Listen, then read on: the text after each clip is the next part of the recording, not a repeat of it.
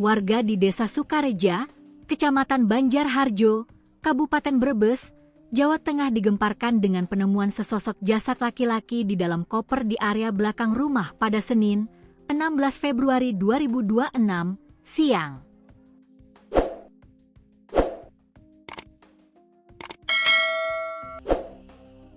Diduga, korban merupakan tindak kejahatan pembunuhan.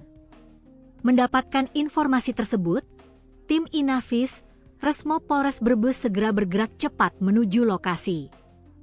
Polisi kemudian memasang pelis lain di sekitar lokasi kejadian.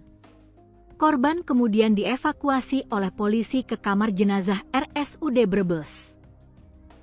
Kapolsek Banjarharjo AKP Ahmad Suudi membenarkan terkait penemuan jasad dalam koper tersebut. Menurutnya, penemuan jasad dalam koper tersebut masih dalam tahap penyelidikan lebih lanjut. Benar ada penemuan jasad dalam koper. Untuk saat ini kami masih melakukan penyelidikan lebih lanjut. Dan jenazah saat ini sudah dibawa ke RSUD Brebes, ujarnya.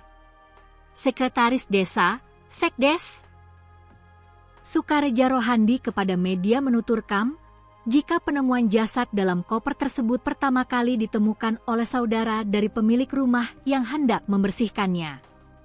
Kalau pemilik rumahnya itu sedang di luar negeri.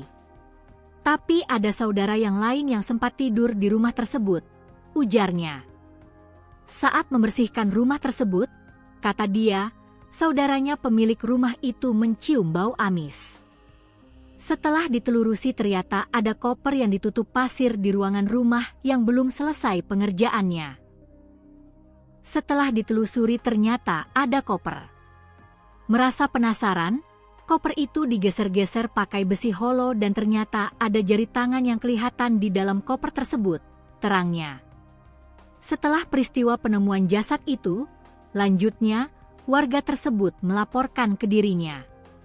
Setelah dicek kami langsung melaporkan ke pihak kepolisian untuk dilakukan penyelidikan lebih lanjut, pungkasnya. Pantauan Tribun Jateng. Saat ini jasad disemayamkan di kamar jenazah RSUD Brebes sembari menunggu tim Lab 4 dari Polda Jateng.